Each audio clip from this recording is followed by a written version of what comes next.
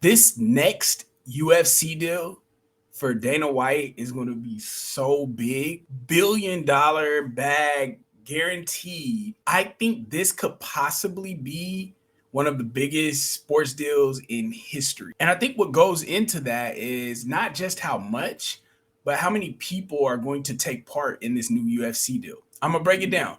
Dana White is definitely going to cash. The fact that we're in the back half of 2025 and he still hasn't announced the deal means that he's playing this so much to his advantage. ESPN might be strapped right now because they just bought NFL Network.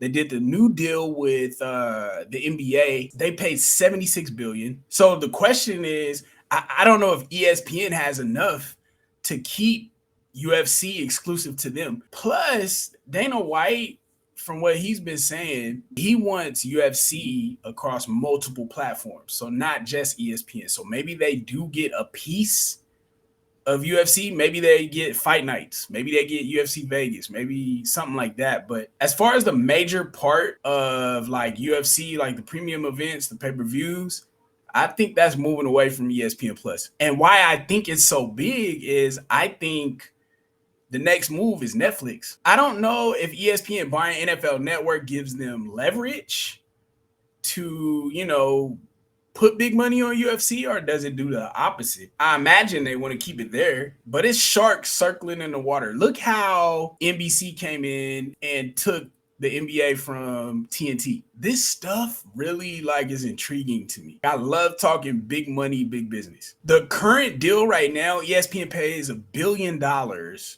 per year for UFC. I think they did that in 2017 or 2018 when they took it from Fox. But like I said, it's sharks in the water.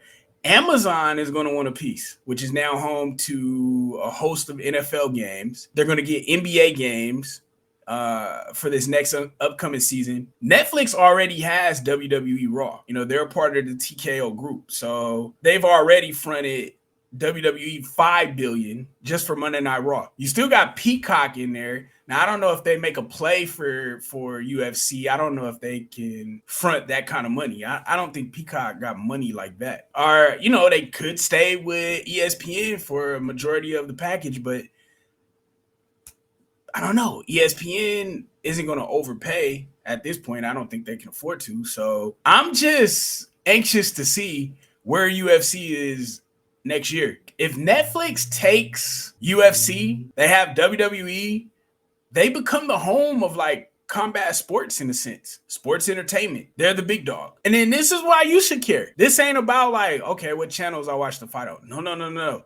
This affects the fighter's bag. This changes their pay. This gives them global access with the right partner. And if you're like me and you care about big business, branding, power plays like this media rights deal is like the Super Bowl of negotiations. So I can't wait to see what Dana White ultimately gets for UFC going into the future. So if you're a fan of the fight game like I am, lock in with me. Hit the like button like it stole something. Drop a comment. Let me know your thoughts on these negotiations. UFC goes to Amazon. UFC goes to Netflix. Who do you think has more money between all these streaming services? And then how much do you think Dana ultimately gets? Talk to me in the comments. I'll talk back. San Miguel, I'm out. Man, I jumped out that bed with a whole 100 bands and a lot of shooting around me.